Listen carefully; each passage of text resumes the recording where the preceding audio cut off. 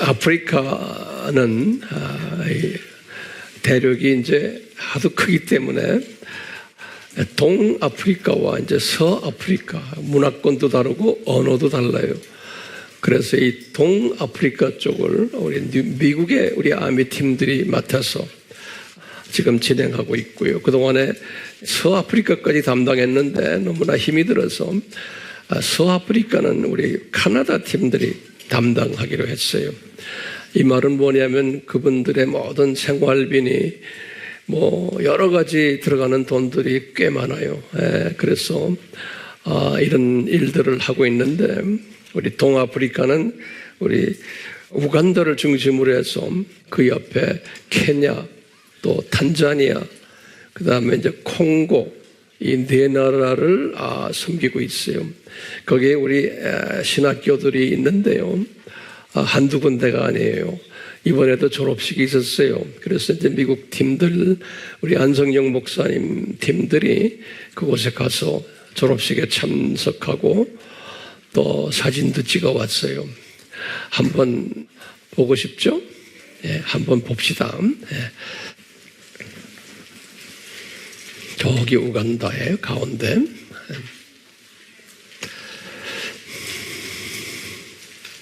저기 우리 아미 센터에 우리가 건축했어요.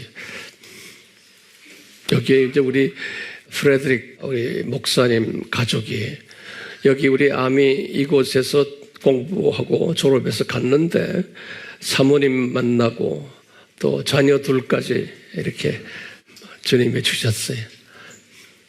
우리 프레드릭 목사님이세요. 이 프레드릭 목사님은 주님께서 이제 하시는 일들을 보면은 이분은 어떤 일들을 해왔냐면 이 아프리카 분들이 이분은 나이제리아 분이에요. 나이제리아 분인데 나이제리아 분들은 참 비즈니스 마인드가 있고 똑똑한 사람들이에요. 우리나라에 이렇게 와가지고 우리나라의 동대문 시장 또 남대문 시장에서 물건들을 컨테이너로 사요. 그 한 컨테이너 하면 미화로 한 10만 불 이상 들어야 컨테이너를 사가지고 그것을 컨테이너를 아프리카 어느 지정된 나라에 보내요. 그러면 그걸 산 사람이 받은 사람이 그걸 가지고 또 여기저기에 팔고 그래서 그 장사를 하는 분들이 아프리카 분들이 많아요. 지금 우리나라는 지금 물가가 좀 비싸졌기 때문에 이 팀들이 중국으로 많이 넘어가가지고 중국에서 컨테이너 장사를 하는 사람들이 지금도 많아요. 근데 그런 장사를 하던 형제예요. 그런데 이제 예수님이 나타나셔서 너 이런 장사 그만해라. 그래가지고 우리 아미 신학교에 저를 딱 보여주는 거예요. 그래서 너 황 목사님 찾아가라. 그래서 찾아왔어요. 찾아와서 이런 이야기하면서 제가 돈 버는 걸 포기할 테니 목사님 저 훈련시켜 주십시오. 그래서 3년을 이곳에서 먹고 자고 하면서 훈련을 받고 보낸 거예요.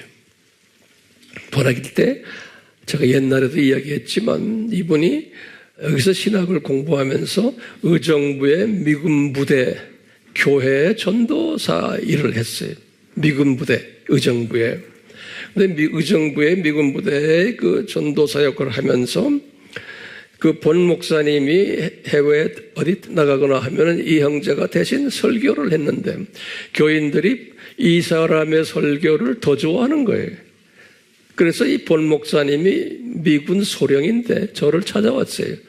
의정부에서. 그래서 황 목사님 어떻게 가르쳐줬길래 나보다도 얘가 설교 더 잘합니까? 그래서 제가 지금 교회에서 쫓겨나게 생겼습니다. 이제 농담이지만 그래서 이제 이렇게 하다 그분과 이제 교제해가지고 이제 졸업을 하면서 우리가 이제 목사 안수로 해주고 의정부 팀들과 합해서 우리가 아프리카의 우간다로 파송한 거예요. 그래서 이제 의정부 팀들, 미군 부대 팀들에 의해서 파송을 한 거예요. 그런데 나중에 보니까 이 미군들이 이 형제한테 한 달에 미화 200불밖에 안 주는 거예요. 그걸로 먹고 살기도 힘들거든요. 그래서 내가 의정부 팀들에게 그랬어요. 너희들 그만해라. 우리가 이제 직접 하겠다. 그래서 그때부터 이제 우리가 직접 이제 하기 시작을 했어요. 그랬더니 열매 많이 맺혔어요. 자, 이분들 열매 맺은 것은 이분이에요. 이렇게 아주 대단한 리더십이 있는 분이. 예. 이번 졸업식도 캠퍼스가 열 몇 개가 있기 때문에 캠퍼스마다 졸업식에 따로 있어요. 예. 저기 지금 이 우간다 지도안에 저기 지금 화살표 에너지 지금 이 사진은 저기에서 했다는 소리. 예. 또 이거요. 여기 보면 나오죠? 잠깐만요. 거기 연합 졸업식 63명, 34명, 합해서 97명. 한 군데가 그래요. 근데 또 딴 데도 또 있어요. 이제 연합 졸업식 세 캠퍼스가 합해가지고, 예. 그 다음에 이제 계속 나와요. 또 이제 이렇게 하는데, 저기, 저희 학교 관계되는 우리 미국 팀들도 안 목사님이 앞에 계시고, 학예 수여식 하는 거예요. 네. 졸업부 단체 사진. 여긴 또 딴 지역이, 예. 저기, 리라라고요. 딴 지역이. 여기 또 이제, 목사 안수 2명, 목회학 석사 6명, 학사 6명, 디플로마 8명, 여기 써 있죠? 서티피케이트 10명. 대잔치에 대잔치. 예. 이분들에게는 아주 큰 잔치죠. 예. 또 이제 다른 캠퍼스. 이게 이제 우리 본부 건물에서 한 거예요. 여기 이제 우리 본부 건물에서 한 거고요. 이제 해마다 졸업한 분들 중에서 이제 목사님으로 안수받는 분들도 항상 있어요. 여기 지금 목사님 안수하는 장면 같아요. 예, 12명. 예. 저기 토로로라고 저기는 케냐하고 국경 지역에 있는데 여기 바로 옆에 케냐거든요.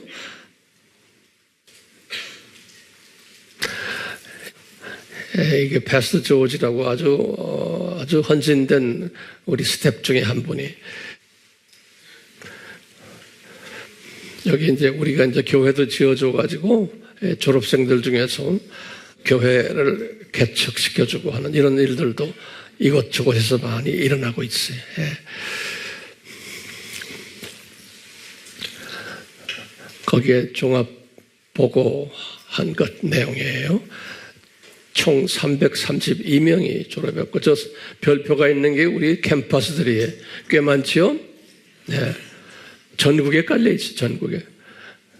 그리고 이제 그 옆에 또 탄자니아, 또 케냐, 콩고, 네. 그래서 우리가 이제 여기 아프리카의 이스턴 아프리카, 동아프리카, 우리 이야기예요. 그 다음에 이제 카메룬은 불어건인데 우리가 이제 카나다 팀들이 이번에 맡아서 일을 할 거예요. 거기에 이제 똑같이 우리 아미신학교의 졸업생인 우리 카메룬의 우리 라이너스 목사님이 있어요. 저분도 졸업할 때는 혼자였는데 여기서 거기 가가지고 벌써 새끼 둘을 낳았어요. 이렇게 우리 식구들에 다 이렇게 가서 자리 잡게 해주고, 그쪽은 불어건들. 그래서 우리 책들을, 불어로 번역된 책들을 그쪽에다 많이 지금 보급하고 있고, 신학교를 몇 군데 지금 운영하고 있어요. 예. 감사하죠? 예. 예수님 오시기 전에 우리가 열심히 이렇게 복음을 전할 수 있는 그런 팀에 속해 있다는 그 자체가 여러분들에게는 복이요? 아니요? 복이죠. 예. 이제 다음 주부터 일본 팀들도 우리 섬기게 되죠. 열심히 들어와서 섬겨 주시길 바라요.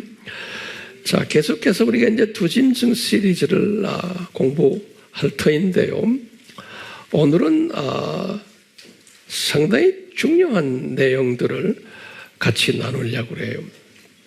이 지난 시간에 분명히 제가 말씀드렸지만 유대인들을 몇 가지로 우리가 봤어요. 유대인들을 5가지로 봤죠. 첫 번째가 뭐였던가요? 요거 다 머릿속에 기억하시는 게 좋죠. 처음에 제가 말 안 해요. 여러분들이 알아서 하세요. 자꾸 외우세요. 그 중에 5번째가 뭐라고 그랬어요? 아스케나즈. 이 부분에 대해서 오늘 조금 자세하게 설명을 드리고 다음 시간에도 계속해서 또 이어나갈 거예요. 이 주제를. 그래서 그냥 참고로 알고 계세요. 자, 그런 가운데 제가 지난 칼럼에서도 이런 말을 썼어요.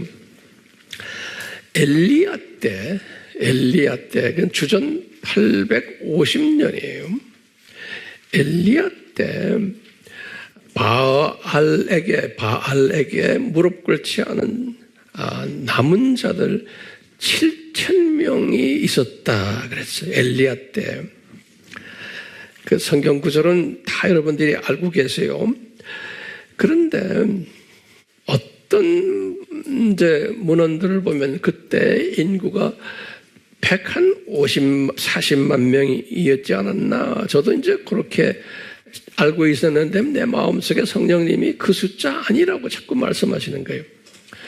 그래서 제가 이제 이것저것 이제 기도하면서 그 숫자를 수정을 해야 되겠다라고 생각했어요. 그래서 350만 명으로 수정을 하고 싶어요. 350만 명. 왜냐하면 우리 보면은 모세가 출애굽할 때 한 200만 명이었잖아요. 200만 명이었는데 쭉 하면서 대대적으로 인구가 줄어들질 않았어요. 그 역사를 쭉 보면은. 그러다가 이제 인구가 대대적으로 줄어들기 시작한 게 언제부터예요? 722년부터예요. 다시 말하면 아수르 제국 때부터, 그 다음에 586년 바벨론 제국 때, 이 두 큰 사건 때 인구가 줄어도 분명히 그래서 3분의 1을 질병과 기근으로, 또 3분의 1을 뭘로 해요? 칼로, 또 나머지 3분의 1도 내가 칼로 혼쭐 내겠다 그랬으니까 인구가 722년 또 586 때 엄청 줄어든 것을 우리가 알 수가 있어요. 그래서요, 이렇게 우리가 한번 정리합시다. 이 엘리야 때가 주전 850년이에요. 그건 722년 전이죠. 이때 350만 명으로 한번 생각해 보세요. 자, 그런데 지금 문제는 이거예요. 350만 명의 유대인들 중에 남은 자들이에요. 다시 말하면 예수님의 신부감들이에요. 이 사람들이 몇 명이었다고요? 7,000명이었다 그런 거예요. 예수님만 사랑하는 사람들, 우상 섬기지 않고. 그러니까 한번 빨리 계산해 보세요. 350만 명에서 7,000명이면 몇 프로예요? 350만 명 중에서 7,000명이면 0.2% 정도 되는 것 같아요. 0.2%. 이 0.2%라는 숫자가 제 마음에 자꾸 떠나질 않는 거예요. 제 마음을. 오케이? 그러면 우리가 한번 이런 생각을 해봐요. 오늘날이에요. 오늘날 유대인이 1,600만 명이라 그래요. 1,600만 명. 그거는 일반적으로 알려진 숫자예요. 근데 유대인이 지금 우리가 지금 공부할 때 유대인을 둘로 나누죠. 진짜 유대인과 가짜 유대인을 지금 우리가 지금 나누고 있잖아요. 그러니까 1,600만 명 안에 진짜와 가짜가 어떻게 구별될까 할 때요. 우리 젊은 사람들 숫자 빨리 계산해 보세요. 1,600만 명 중에서 지금 진짜 유대인 중에서 신부감들이 14만 4천이에요. 14만 4천. 알죠? 이 14만 4천이 라고 생각하면은요, 14만 4천이 0.2%에 들어간다라고 생각을 한번 해보세요. 그러면 진짜 유대인이 몇 명일까? 14만 4천이 0.2%. 그러면 제 생각에는 700만 명의 0.2%가 14만 4천이. 그래요? 예? 그러니까, 지금 추론하는 거예요. 1600만 명 중에서 진짜 유대인이 얼마다? 한 700만 명 되고, 그 700만 명 중에서 0.2%가 14만 4천인 거예요. 그러니까 0.2%라는 이 숫자가 제가 볼 때는 매직 넘버 같아. 제 생각에 그래요. 우리가 다 추론하는 거예요. 그렇다면 우리 한번 가만히 생각해 봐요. 지금 오늘날 우리나라를 생각해 보세요. 오늘날 우리나라에 기독교인이 몇 명이라고 그래요? 우리 인구가 지금 한 5천만 명 되잖아요. 5천만 명 되는데 우리나라의 그 통계국의 발표에 의하면 개신교인이 한 18% 정도로 거기에 있더라고요. 통계국에 18%. 그런데 이제 어떤 분들은 이 교회도 등록되어 있고 저 교회도 등록되어 있고 하니까 그 숫자까지 하면은 제 생각엔 18%도 안 되는 것 같아. 엄밀하게 보면 10명 중 1명 정도가 교회 다니지 않나 이런 생각을 해봐요. 여기 여러분들 주변에 이제 뭐 고향 사람들이나 동창회나 이렇게 모임에 한번 가서 이렇게 보세요. 한 10명 중 1명 정도? 그래요, 안 그래요? 대개 그래요. 조금 더 될 수도 있지만 그러면 우리 한번 봐요. 5천만 명 중에서 500만 명 정도가 기독교인이라고 우리가 볼 수 있어요. 조금 좀 보수적으로 볼 때. 그러면 여러분들 저를 좀 도와주세요. 그 500만 명이 다가 하나님의 자녀예요? 그러면 아니라고 보는 거예요. 왜요? 그러면 뭐래요? 요 근래에 우리 종교 다원주의를 믿으면은 그 사람들은 하나님의 자녀가 아니라고 저는 보고 있어요. 종교 다원주의라는 거는 예수님 외에도 타종교에도 구원이 있다고 보는 거예요. 모든 종교는 다 같다라고 보는 사람들, 크리스찬인데 그 말은 뭐냐면 예수님의 구원 조건이에요. 예수님 외에 구원이 없다라고 하는 예수님의 보혈을 변질시키거나 소위 그 희석시킨 거거든요. 그러니까 그런 사람들은 구원이 없어요. 분명히 마태복음 24장 28절에 보면 죽은 시체들이라고 그랬어요. 그렇기 때문에 우리 교인들 중에는 그런 사상 가지면 안 돼요. 그건 기독교의 아주 핵심을 건드리는 그게 종교다원주의예요. 예수님의 자존심을 건드리는 거예요. 그렇기 때문에 지금 500만 명이 교회 다니는 크리스찬이라고 가정을 했을 때 지금 종교다원주의적인 교회 다니는 그 교회가 몇 프로나 돼요? 우리나라에? 예? 엄청 많은 거예요.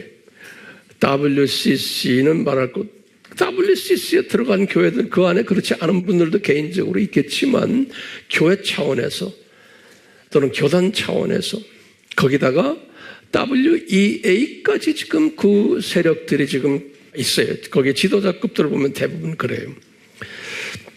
그러다 보니까 500만 명 중에서 여러분들 저를 도와주세요. 진짜 그리스도인이 몇 명이나 될까요? 다시 말하면 진짜 구원받는 절반이에요? 내 생각엔 절반도 아닐 것 같아. 그렇죠? 그건 500만 명 중에서 약 한 70% 정도가 아닌 것 같아. 좀 보수적으로 봐요. 그러면 500만 명 중에서 30%가 정말 구원받은 하나님의 자녀라 그러면 몇 명의 500명에 30분은 355? 150만 명에. 그렇죠? 야. 그러면 이 150만 명 중에서 0.2%를 한번 곱해보세요. 그렇죠? 150만 명 중에서 진짜 예수님을 사랑하는, 그러면 얼마에?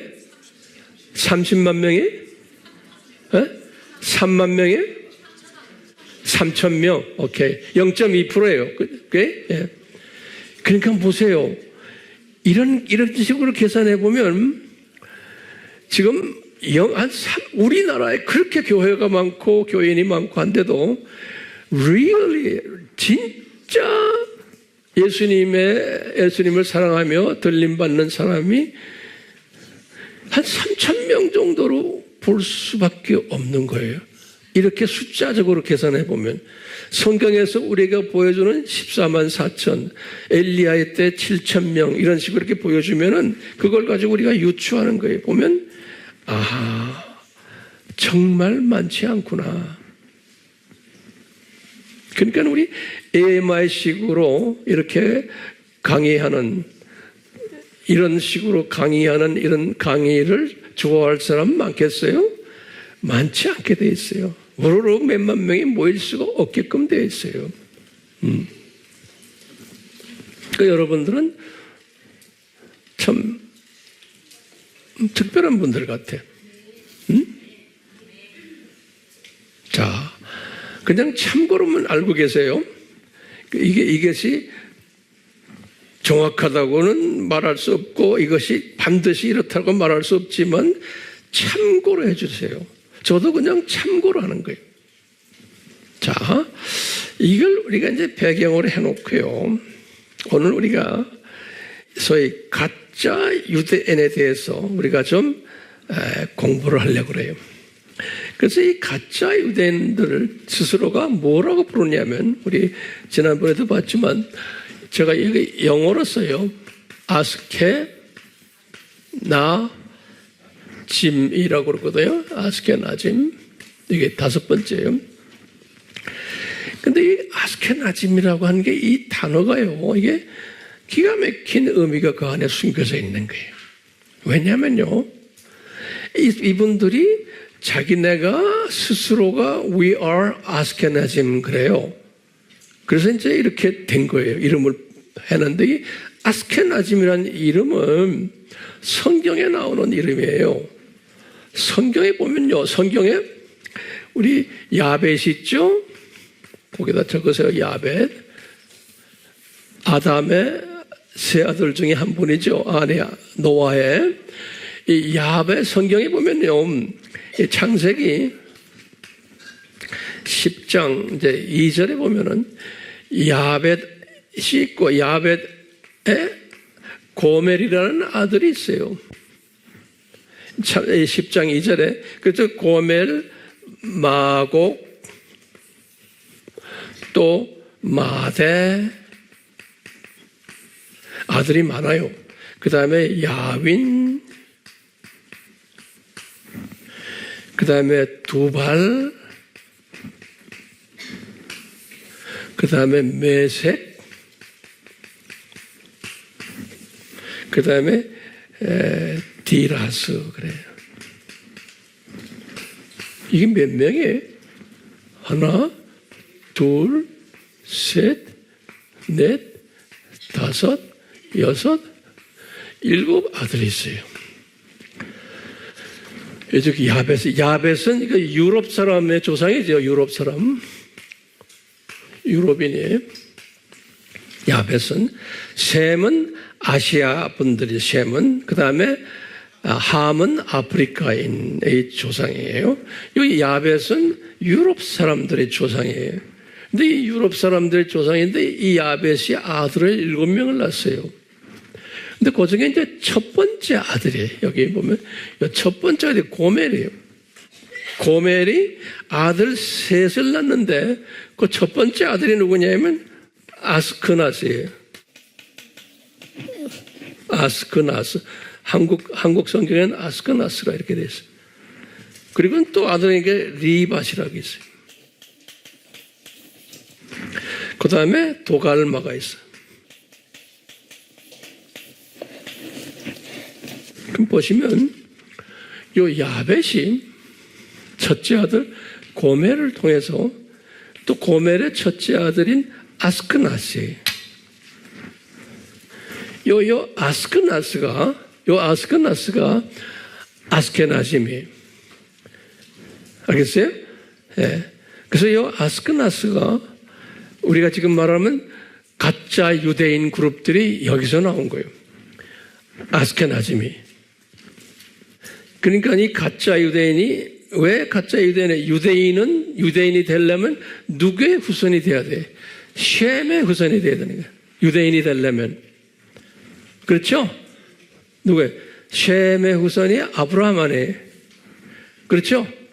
그렇기 때문에 아시아 계통의 셈의 후손이 돼야 되는데 아까 우리 지난 시간에 공부했지만 이 네 그룹들이 세르파딤 또 미즈라임, 오리엔탈주, 이분들이 장소는 딴 데 살지만 유전적으로 셈의 라인들이에요.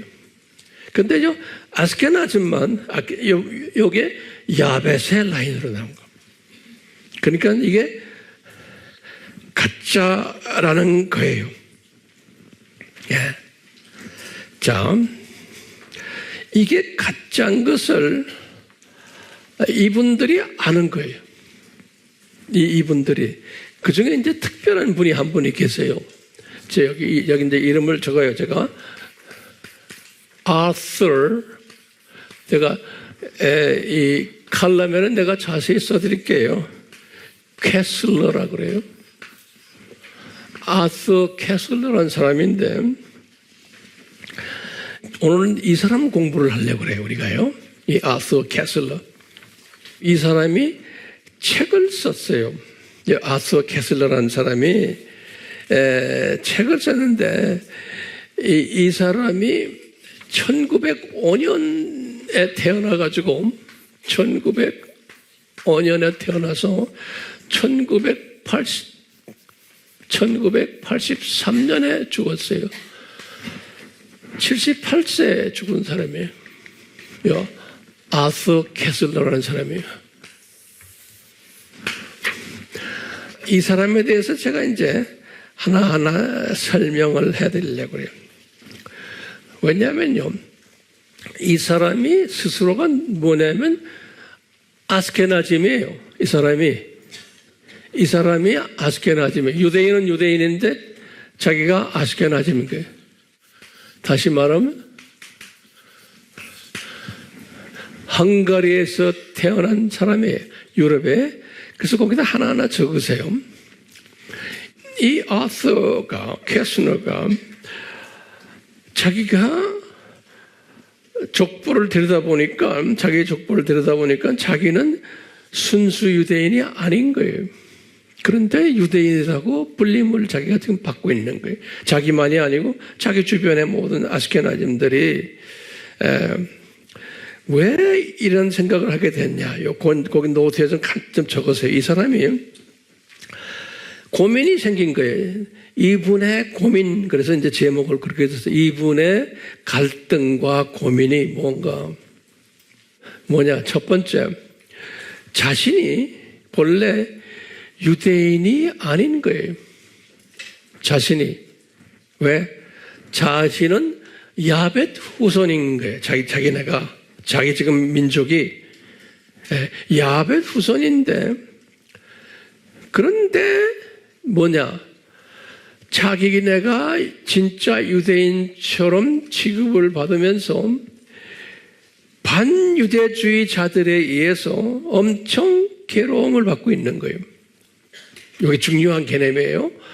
이분이 분명 족보적으로는 자기네는 진짜 유대인이 아닌데 우리가 진짜 유대인처럼 좀 돼가지고 그것 때문에 반유대주의자들에 의해서, 다시 말하면 로마 가톨릭 그리스 정교회 특히 또는 무슬림들까지 자기네들을 핍박하는 거예요.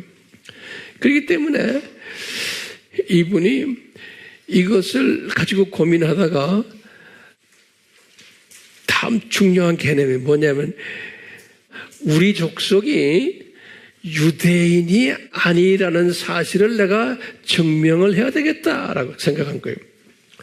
이 핍박을 모면하려면 반유대주의 핍박을 우리가 내 자신이 우리 민족이 유대인이 아님을 증거해야 되겠다. 그래서 이분이 이것을 연구를 하기 시작한 거예요. 유대인이 아님을. 그래가지고 이 사람이 참고서적들, 이 유대인에 관한 전문적인 참고서적들이 있는데요. 이 참고서적들, The History of Jewish, 제가 영어로 쓸게요. History of Jewish 카자르라고 그래요. 카자르. 이 책이 1954년에 나온 책인데, 이게 자세한 내용은 제가 칼럼에 써드릴게요. 요 카자르란 게 뭐냐면요. 요 지도를 이렇게 보시면은, 지도로 와요. 이게 흑해예요, 흑해. 요 흑해고, 그 다음에 여기 이제 카스피해요. 우리한테는 익숙치 않은 지도지만, 지금 오늘 좀 전쟁되는 우크라이나가 여기 있고, 이 흑해 여기에 루마니아, 불가리아, 여긴 터키가 이렇게 있고요. 그 다음에 이쪽은 러시아예요. 조지아, 아르메니아, 아르제바이잔 이렇게 해서 투르크메니스탄이 있는데, 이 지역, 지금 여기 이 지역이에요. 이 지역을 이 당시 지금 연도가 이거예요. 732년부터 1245년까지. 네.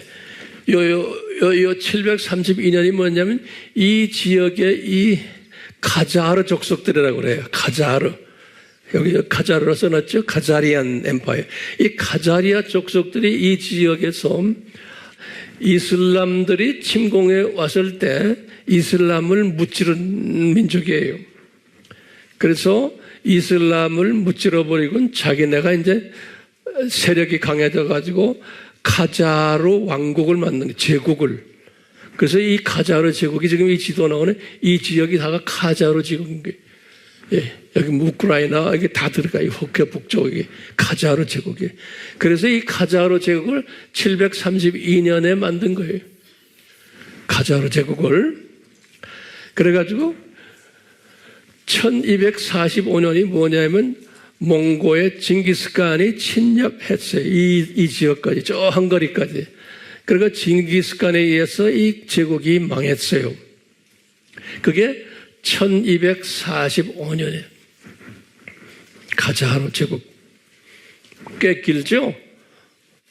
한 500년 가까이 되는 아주 유명한 제국이에요. 네. 좀 이따 이야기하겠지만 이 제국이 유대교를 국교로 삼았어요. 제국을 만든 다음에 유대교를. 그 이야기는 좀 이따 나중에 해줄게요. 자, 그렇기 때문에 이 제국이 유대인이 아니면서 유대교를 제국으로 삼은 제국이에요. 이제 여기 이제 740년에 그때 왕 이름이 레오 4세라고 그러는데요. 이 카자르 제국의 레오 4세가 740년에 유대교를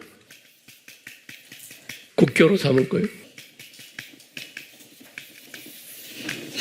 이 카자르 제국의 레오 4세가 유대교를.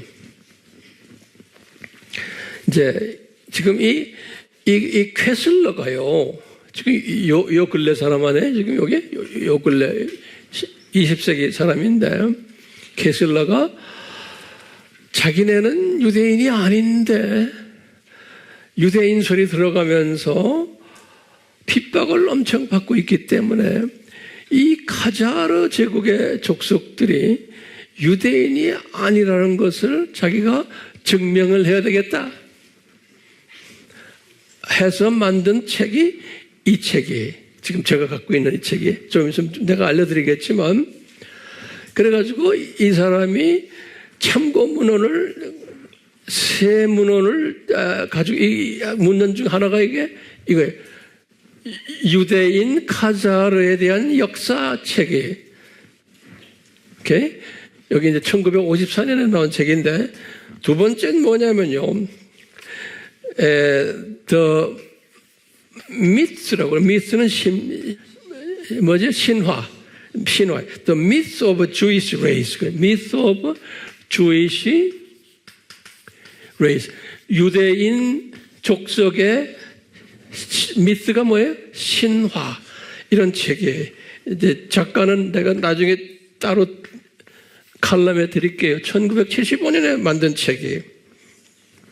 그 다음에 세 번째 책이 또 하나가 뭐가 있냐면요. 카자리안 by Abraham. 카자리안이라는 책이 있어요. 카자리안이라는 이 책 이름이 에이브라함 파울락이라는 사람인데, 그건 알 필요 없고 1944년에 된 책이, 그 카자르에 대한 책이, 유명 책이 이 세 책이 있어요. The History of Jewish Khazar, 그 다음에 The Myth of Jewish Race, 그 다음에 가자리안이라는 책이 있어요. 이 세 책을 가지고서 참고서적이에요. 요 세 책을 가지고서 이 캐슬러라는 사람이 책을 썼어요. 그 책이 이 책이에요. 이 한국말로는 안 돼 있어요. 근데 이 책 이름이 뭐냐면 The 13th 13번째라는 거예요. 13th Tribe라는 소리예요. 이 책 이름이 1976년에 출판된 책이에요. 13th Tribe. 그 한국말로 하면 13th Tribe가 뭐예요? 13번째 지파. 그러니까 그런 벌써 감이 오죠? 예? 이스라엘 지파는 몇이에요? 12지파예요. 그런데 이 사람이 말하기를 자기네 족속은 이게 13번째 지파라는 거예요. 그 책 이름이 The 13th Tribe 이렇게 됐어요. 여기. 그러니까 거기 소제목이 뭐라고 써있냐면 카자르 엠파이어 and its heritage. 카자르 엠파이어와 그의 헤리테이지가 뭐예요? 유산. 이렇게 소제목을 붙여놨어요. 이 책이 이젠 살 수가 없어요. 절판에. 왜냐하면 유대인들이 방해를 해가지고 이 책을 시장에서 없애버렸어요. 그래서 내가 이것을 찾느라고요 고생했어요. 그래서 내가 우리 큰딸 보고 내가 카나다에서 몇 년 전에 이걸 좀 찾아봐라 그래가지고 수소문해가지고 찾아서 제가 이걸 구해냈어요. 왜냐하면 내가 이 카자르에 대해서 나도 리서치를 많이 했는데 정확하게 리서치를 해서 결론을 내려주는 책을 내가 아직 만나질 못한 거예요. 그래서 내가 이 책을 딱 가지고 자세히 다 이렇게 내가 나름대로 내가 리서치를 해보니까 내가 결론을 내린 거예요. 그래서 그 결론을 지금 여러분들에게 다는 아니고 일부만 알려주는 거예요. 성질 급해서 다 알려주십시오. 아니, 이게 비싸게 얻은 정보를 그렇게 쉽게 주면 고맙게 생각 안 해요. 그래서 조금씩 주려고 그래. 여기 지금 여기 딱 보시면은 여기에 지금 랍비가 있는 거예요. 여기 유대인 랍비 보이죠? 근데 이게 가짜라는 거예요. 이 가짜인데 누가 이것을 가짜라고 생각해요?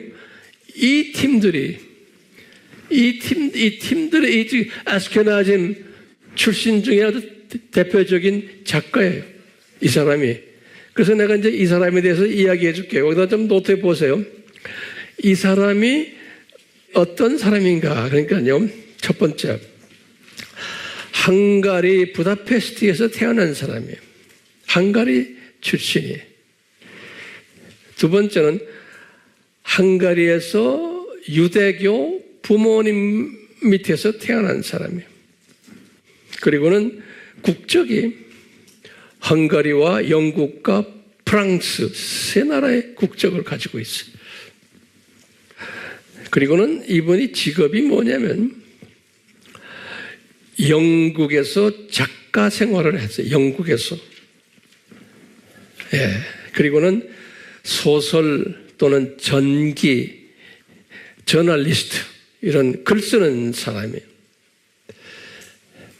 그래서 활동한 도시들은 런던, 파리, 베를린, 예루살렘 이렇게 아주 언어에 재질이 있고 불란스어도 잘하고 영어도 잘하고 독일어도 하고 하는 이런 분 같아요. 그런데 이분이 1931년에서 38년이에요. 1931년에서 38년이니까 이게 이제 2차 전쟁 직전 그때인데 독일의 공산당 당원이었어요. 독일 공산당 당원이었어요. 그래가지고 이제 이분이 공산당의 문제점을 알고는 탈당했어요. 그래가지고 공산당을 비판하는 소설을 하나 만들었어요. 소설책을. 그 소설책 이름이 뭐냐면 그 소설책 이름이 Darkness at Noon이라고 그래요. Noon은 정오죠. 이 책이 한국말로 번역이 됐어요. 그래서요, 한국말로 뭐냐,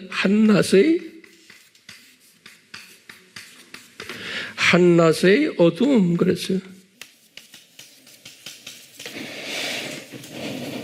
이것이 2010년에 우리나라 말로 번역이 됐어요.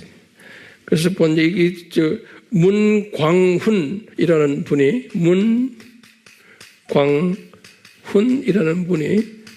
번역을 했어요. 2010년에. 여기 보면 스탈린을 비판하고 또 통제사회를 비판하고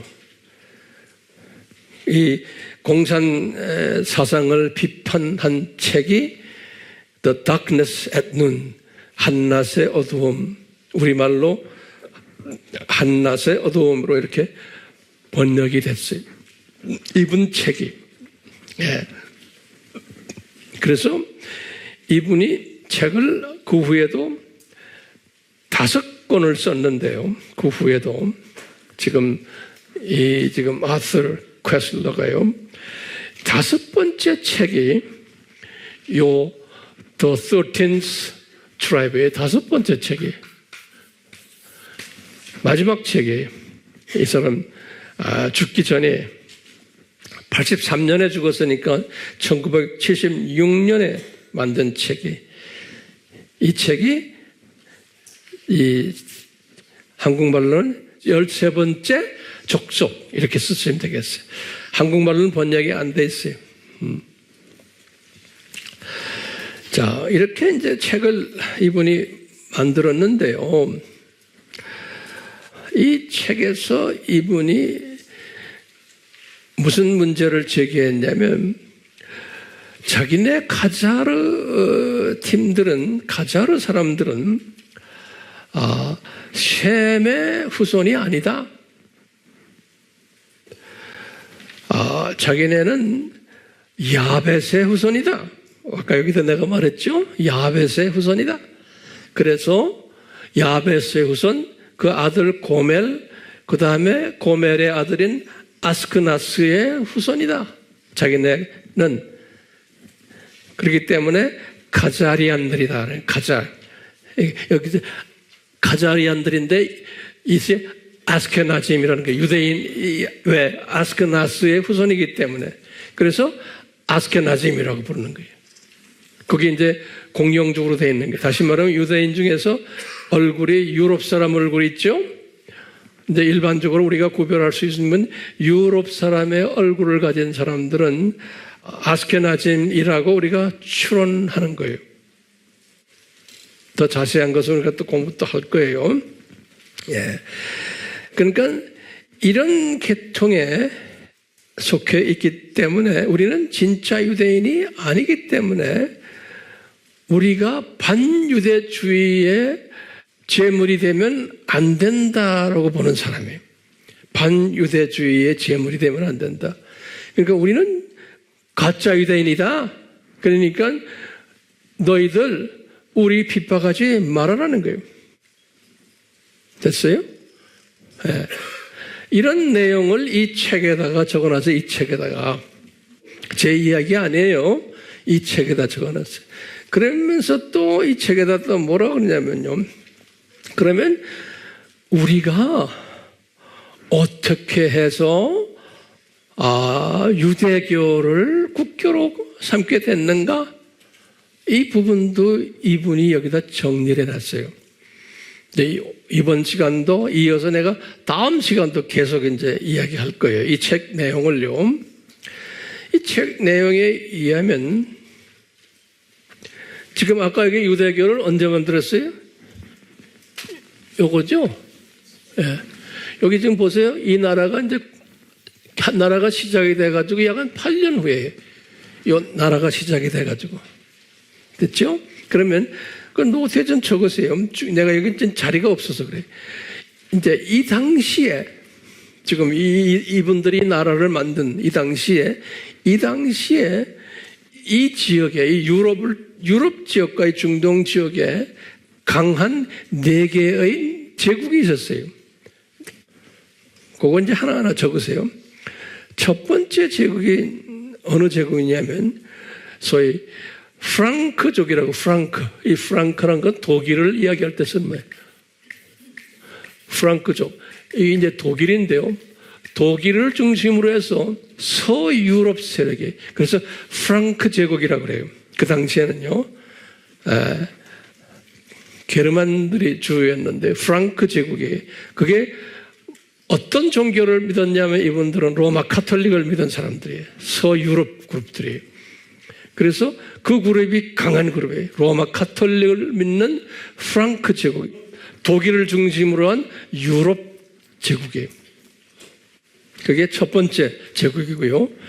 두 번째 제국은 어떤 제국이냐면요. 여기 지금 여기 터키라고 썼지만 터키 옆에 여기 이제 여기 그리스거든요. 그리스 이 터키 이 동네가 그 당시에는 무슨 제국이었냐면 비잔틴 제국이라고 그래요. 비잔틴. 그런 말 들었죠?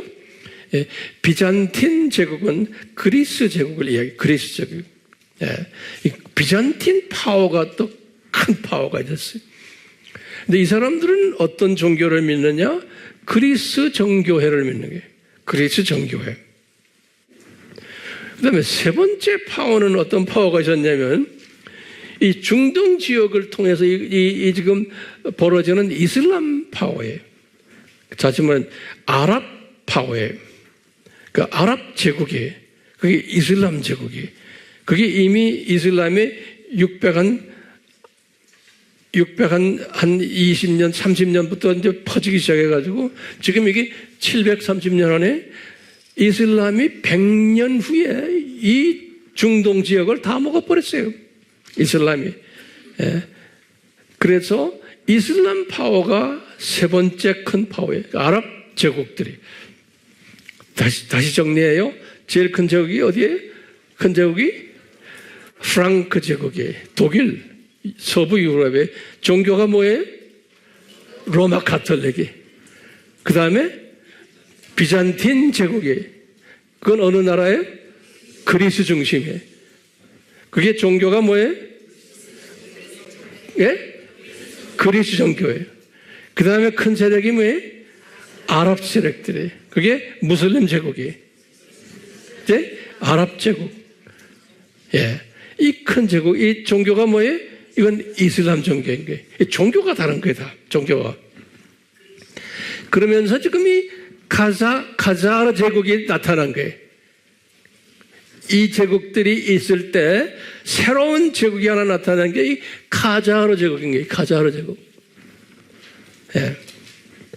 그래서 이제 카자르 제국에서 이 사람들은 뭘 믿고 있었냐면 이 책에 의하면 샤머니즘이에요. 샤머니즘, 그냥 토속 종교를 믿었던 사람들이다 그랬어요. 이 책에 의하면요. 이 사람이 글을 썼는데, 근데 이제 이 안에서 이제 무슨 일들이 일어났냐면은 우리도 저 큰 제국들처럼 소위 수호신을 가진 국가 종교가 하나 필요하다라고 자기네가 생각했던 거예요. 그러니까 이분들의 생각은 제국 수호신이 로마 가톨릭, 그리스 정교회, 그 다음에 이슬람 세력들 다 자체 내에 있는 제국의 수호신이 있는데 우리도 제국의 수호신이 필요하다. 그래가지고 이분들이 자기네가 이 자존심이 있기 때문에 이분들이 이슬람 거를 가질 수도 없고 비잔틴 것도 가질 수도 없고 또 저쪽에 지금 프랑크 제국 것도 가질 수가 없는 거예요. 자존심 때문에. 그러니까 우리가 그저 그 안에 이미 이 제국 안에 이 안에 우리 무슨 유대인들이 다 퍼져 살았죠. 지난 시간에 말했죠. 그게 뭐예요? 동방, 이스턴, 이제 유대인들이죠. 기억나세요? 네. 유대인들이 이미 세력은 없지만 여기저기에서 자기네 제국 안에서 또 이 지금 지도 이 안에서 쪼각쪼각 살고 있었어요. 유대인들이 이미 디아스포라가 돼가지고, 그러니까 이분들이 자기네 회당도 있고 이제 자기네 제사 방법이 있고 다 있는데 이분들이 볼 때는 그 중에 가장 우리가 국교로 만들 수 있는 종교가 유대교 같다라고 본 거예요. 그래서 이 레오 4세가 740년이니까 8년 후 제국이 생겨나고 이때 레오 4세가 740년에 유대교를 자기네 국교로 만든 거예요. 유대교를. 그러면서 이제 이분들이 주변에 있는 유대인들에게서 유대교에 관한 모든 것을 다 배우기 시작한 거예요. 그래서 성경도 구약 성경도 다 자기네 언어로 또 바꾸고 제사 방법 유대교들이 하고 있는 모든 걸 통째로 나라를 유대교화 시켜버린 거예요. 이 가자리안들이. 그래서 이제 자기네가 가자리안 주들이다. 주변 사람들이 이제 이렇게 불리게끔 되고 이분들을 뭐라고 내? 아스케나즘이라고 딱. 아스케나즘. 왜요? 자기네는 야벳의 후손이다라는 거예요. 자기네는 셈족이 아니다라는 거예요. 그러다가 이제 이분들이 몽고에 의해서 징기스칸에 의해서 나라가 어떻게 됐어요? 패망해버려요. 이 제국이 없어져 버렸어요. 가자리안 제국이. 그러면서 이분들이 주로 어디로 다 흩어졌냐면 여기에서 이분들이 여기 헝가리 지도가 이제 헝가리가 좀 위에 있지만 헝가리하고 저 책에 의하면은 그 다음에 러시아예요. 이 러시아. 이 러시아의 북러시아 있죠? 아주 집중적으로 많이 흩어진 두 나라가 어디냐면 헝가리 쪽하고 그 다음에 러시아 쪽으로 그 후에 또 독일 쪽으로 이 세 나라에 나중에 이제 또 오래 있다가 영국까지 간 거예요. 그런 이야기 또 나중에 때가 되면 이야기할 거예요. 그러면서 이분들이 이 러시아, 헝가리, 독일 이쪽에 가서 경제권을 가지게 되고 심지어 나중에 이제 정치에도 또 깊이 인볼브 되고 그래서 유럽을 완전히 이 사람들의 손아귀에 집어넣은 거예요. 이 가자리안 주들이. 그리고 이제 이분들이 나중에 이제 때가 되면 제가 이야기하겠지만 시온 운동을 만들어서 이스라엘 나라를 저렇게 만든 것도 이 그룹들인 거예요. 시온 운동을. 그런 자세한 이야기는 때가 되면 내가 이야기할 거예요. 이 두 짐승과 관계되기 때문에 그런. 오늘날 이스라엘 나라는 이 아스케나즘들이 다 지고 있는 나라예요. 제 말 알겠어요? 예. 그리고 이 두 짐승 그룹들, 다 이분들의 손아귀에 지금 다 있게 된 거예요. 이게 하나님의 뜻이요? 아니요. 이게 하나님의 뜻이에요. 왜요? 우리 예수님께서 요한에게 두 짐승 그룹을 미리 보여주셨잖아요. 주후 95년에. 그러면서 예수님의 재림 전에는 이 두 짐승 그룹들이 까불 거다 했는데 이 두 짐승을 만들기 위한 하나의 다 예수님의 디자인 속에서 지금 이 가자리안 주들이 나타난 거예요. 가짜 주들이. 그게 신기하죠. 그 이제 우리가 질문이 있어요. 제가 이제 결론 짓겠어요. 더 자세히 이야기는 또 다음번에 또 할 거예요. 주님께서는 왜 이들을 가짜 유대인들이 판을 치도록 허락하셨나? 이 아서 퀘슬러가 이 책을 쓴 후에 소위 이 가자리안 주들이 소위 말하면 우리가 말하는 아스케나즘 주들이 이 사람을 핍박했어요.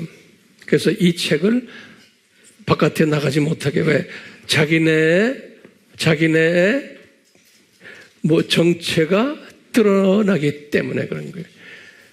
대부분의 우리 여러분들이나 저는 일반 사람들은 아스케나즘도 진짜 유대인으로 다 생각하고 있어요. 오늘날도 마찬가지예요.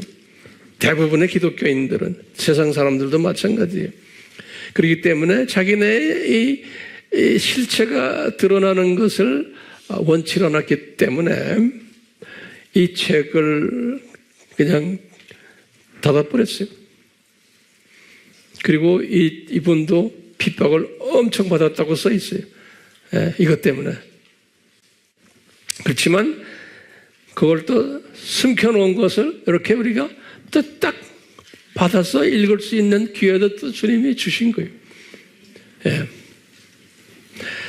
그렇기 때문에요. 이 책이 출간이 된 후에 아랍 사람들이 들고 일어났어요. 아랍 사람들이.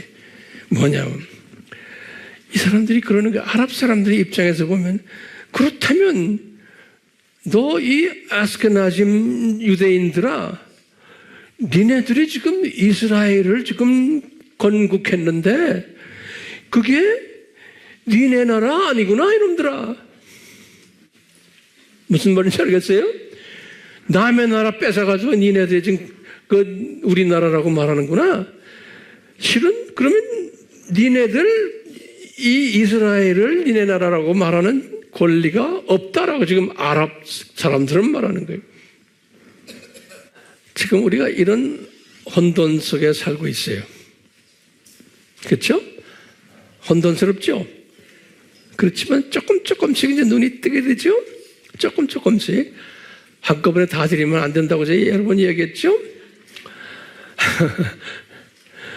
우리가 이제 이런 혼돈 속에서 지금 이스라엘이라는 저 나라가 이 에스케나즘에 의해서 만들어졌고 그분들에 의해서 움직이는 나라예요. 예수님의 허락과 디자인 속에서. 그렇기 때문에 알다시피 이스라엘은 지금 오늘날 이스라엘은 기독교인 핍박해요.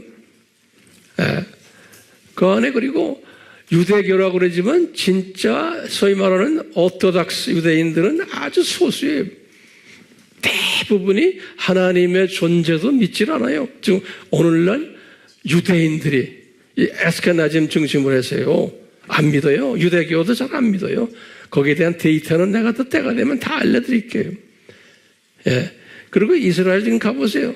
이스라엘은 호모섹스가 난리를 치기는 나라예요. 텔아비브니 여기 다 그런 엄청난 범죄 국가예요. 그 나라가 지금요. 예. 이 가짜들이 다 그렇게 만들어놨어요. 그 우리는 이스라엘 하는데 한국 사람들이 몰라서 그래요. 몰라서. 자, 그렇기 때문에 우리는 이런 지식을 공부할 필요가 있죠. 그러면 거기에 명철이 따라오고 지혜가 따라오게 돼 있어요. 우리가 이 지식과 명철, 지혜가 있어야 되는 거예요. 그래서 지금 우리가 이 공부를 하는 거예요. 성경에서는 지식과 명철과 지혜가 커질수록 어떻게 된다고 되어 있어요? 잠언에 보면은 여호와를 경외하는 자가 된다 그랬어요.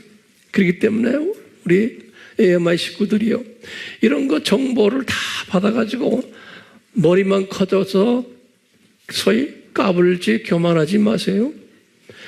이런 걸 알수록 예수님의 역사의 주인이시고 이분이 대단하신 분이시구나. 내가 여호와를 더 경외해야지.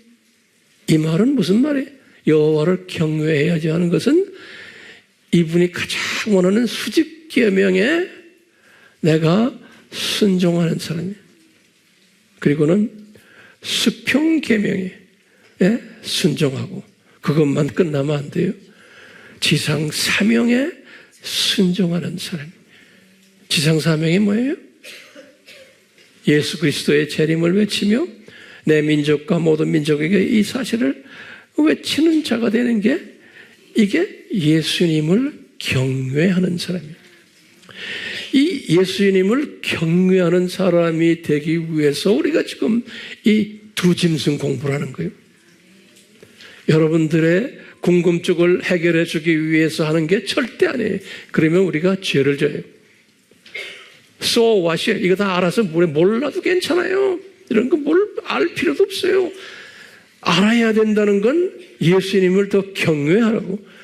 이 두 짐승, 이 지금 난무하는 이때 내가 어떻게 분별력을 가지고 나의 삶의 방향을 잡아야 되나? 내 삶의 목표가 어떻게 되는가? 무엇인가를 정돈받기 위해서 우리가 지금 이 공부하는 거예요. 여러분들에게 내가 정보 제공해 주기 위해서 하는 게 절대 아니죠. 그러니까 이 정보 여기에서만 머물러 있지 마시고, 이제 더 구체적으로 우리가 이제 다음 주에 있는 일본 선교에도 더 동기유발이 돼가지고 와서 기도해 주고 참여해 주시고, 지금 다 하고 있지만 우리 또 식사 준비도 하고 뭐 하는 게 많잖아요. 해야 되고, 우리 NK 지금 점점점 다 숫자가 늘어나고 있고, NK 사역이 더 주님께서 거기에다가 기름 부고 계세요. 우리 아바 공부하는 사람들 졸업했으니까 주변의 사람들에게 이 아바 공부에 참여하도록 또 독려하고, 또 본인이 직접 또 이것을 운영하시고 이걸 다 하셔야 되는, 이런 거 우리 공부하는 목적이 뭡니까?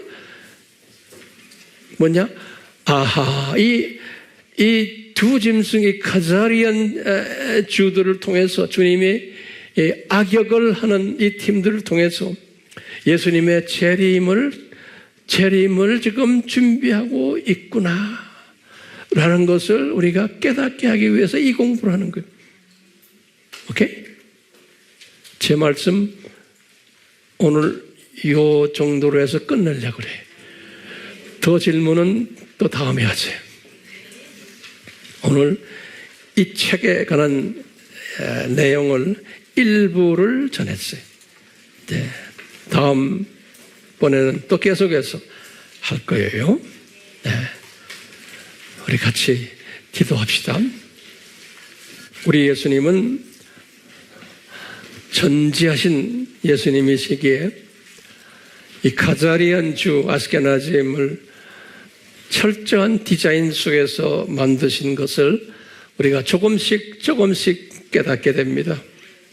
성령님이여 우리에게 더욱 이 지식과 명철과 지혜를 주셔서 왜 예수님이 이 아스케나즘을 디자인하셨나라는 것을 우리가 더욱 깊이 깨닫고 묵상할 수 있도록 도와주시고, 그러므로 해서 이 세대에 내가 나의 이 삶의 우선순위가 뭔지를 다시 재정돈될 수 있는 데 도움이 되는 메시지들이 되도록 주여 도와주시옵소서. 그리고 나만 끼고 있지 않고 많은 주님의 배고파하는 자들에게 나눠주는 열심 있는 우리 한 분 한 분 되도록 다시 한번 주님 부탁드리며, 이 일을 위해서 저희들이 지금 NK 사역을 집중하고 있습니다. 일본 사역을 집중하고 있습니다. 주여 도와주시옵소서. 숨겨놓은 주님의 자녀들을 보내주시고 우리가 정성되어서 이분들을 섬길 수 있도록 도와주시옵소서. 이 모든 것 할 수 있도록 이 두 짐승에 대한 여러 가지 주님의 숨겨놓은 메시지들을 주심에 감사드리며, 저희들을 통해서 주님 홀로 영광 받아 주시옵소서. 예수님의 이름으로 기도드리옵나이다. 아멘.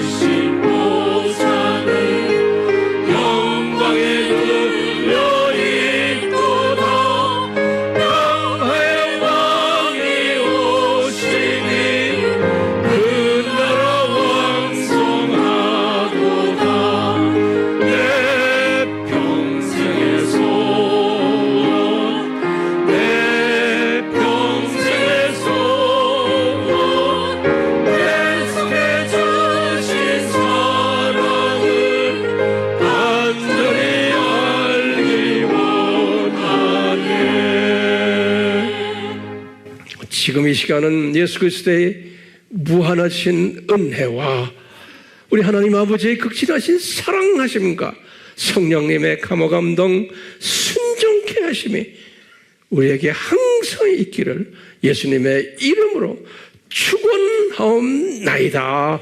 아멘.